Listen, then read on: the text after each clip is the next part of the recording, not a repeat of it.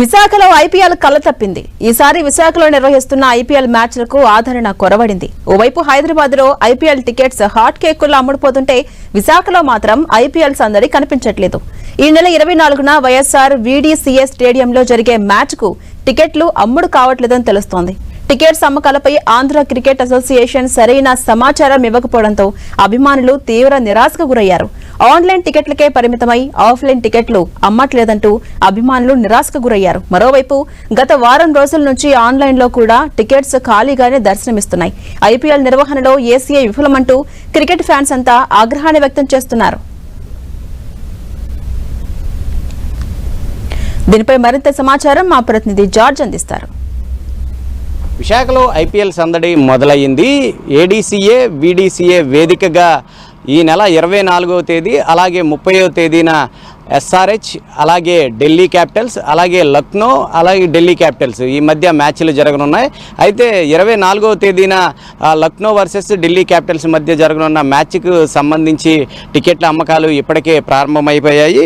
అయితే IPL match అంటేనే దానికి ఉన్న క్రేజ్ వేరే లెవెల్లో ఉంటుంది. అంతా కూడా ఐపీఎల్ మ్యాచ్ చూడాలని కూడా క్రికెట్ అభిమానులు తాతాలాడుతూ ఉంటారు. అది విశాఖలో నిర్వహించడం పట్ల అయితే క్రికెట్ అభిమానులు చాలా హర్షాన్ని సైతం కూడా వ్యక్తం చేయడం జరిగింది.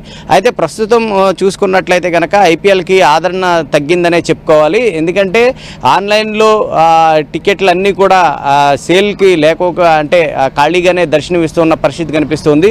ప్రస్తుతం మనం చూసుకున్నట్లయితే కనుక ఆఫ్లైన్లో టికెట్లు ఎక్కడా కూడా పెట్టలేదు. ఇదివరకు చూసుకున్నట్లయితే కనుక ఐపీఎల్ మ్యాచ్లు అయితే కానీ బీసీసీఐ నిర్వహించిన మ్యాచ్లు అయితేనేమి కానీ వీటన్నిటికీ కూడా ఆన్లైన్ ప్లస్ ఆఫ్లైన్ టికెట్లు అనేవి ఇచ్చేవారు. ఈసారి మాత్రం చూసుకున్నట్లయితే కనుక ఏదైతే డిస్టిక్ యాప్ ఏదైతే ఉందో ఆ యాప్లోనే ఈ ఆన్లైన్ టికెట్లు తీసుకోవాలంటూ కూడా చెప్పడం జరిగింది. ఒక్క ₹1000 1500 మినహాయించి మిగిలిన అన్ని డెమోనేషన్కి సంబంధించి అంటే 2200 2500 మరొక వైపు 3000 3500 5000 ఈ డెమోనేషన్స్ ఏవైతే ఉన్నాయో ఇవన్నీ కూడా ఖాళీగానే దర్శనం ఇస్తూ ఉన్నాయి. ఒకవైపు హైదరాబాద్లో చూసుకున్నట్లయితే కనుక ఐపీఎల్కు సంబంధించి టికెట్లన్నీ కూడా హాట్ కేకుల్లో అమ్ముడైపోతుంటే మాత్రం విశాఖలో మాత్రం ఈ టికెట్స్ అనేవి కూడా ఆన్లైన్లో కూడా దర్శనమిస్తూనే ఉన్నాయి. ఈ నిర్వహణ అనేది సరిగా లేదనేది వాదనలు వినిపిస్తూ ఉన్నాయి. ఇటు ఏసీఏ అలాగే ఇటు ఢిల్లీ క్యాపిటల్కు సంబంధించిన యాజమాన్యాల మధ్య ఏదైతే ఉందో ఇక కొంత గ్యాప్ ఏర్పడడం వాళ్ళ నిర్వహణ లోపం కారణంగానే ఈ టికెట్లు సేల్స్ అనేవి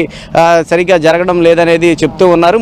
గతంలో చూసుకున్నట్లయితే కనుక ఈ టికెట్ల అమ్మకాలకు సంబంధించి అటు ఆన్లైన్లో పెట్టినా కానీ ఆఫ్లైన్లో పెట్టినా కానీ ఒక ప్రకటన అయితే విడుదల చేసేవారు.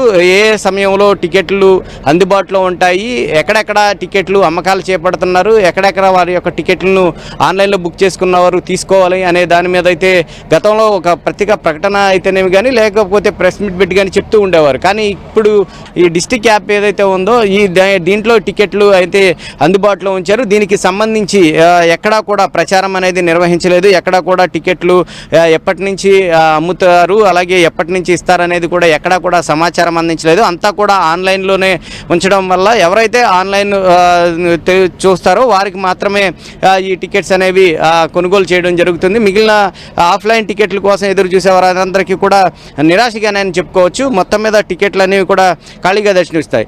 ఎందుకంటే అసలు విశాఖలో మ్యాచ్ అంటేనే క్రికెట్ అభిమానులు అంతా కూడా అంటే ఎక్కడెక్కడో నుంచో ఇటు 3 రాష్ట్రాలు ఇటు ఛత్తీస్గఢ్ ఒరిస్సా నుంచి ఇటు ఉత్తరాంధ్ర జిల్లాల నుంచి సైతం కూడా పెద్ద ఎత్తున తరలి వస్తారు. వారంతా కూడా ఈ మ్యాచ్లను చూసేందుకు తాతలాడుతూ ఉంటారు. అలాంటిది ఇప్పుడు టికెట్స్ అన్నీ కూడా సేల్ కాకపోవడం స్టేడియానికి సంబంధించి చూసుకున్నట్లయితే కనుక నిర్వహణ లోపాలు కనిపిస్తూ ఉండడంతో ఈ మ్యాచ్ ఏ విధంగా జరుగుతుందనే ఉత్కంఠ కూడా నెలకొని ఉంది. ఏదేమైనప్పటికీ అభిమానులు తక్కువతోనే ఈ మ్యాచ్ జరిగే అవకాశాలు అయితే కనిపిస్తూ ఉన్న పరిస్థితి ఉంది. కెమెరా పర్సన్ నరేష్తో జార్జ్, టీన్ టీవీ.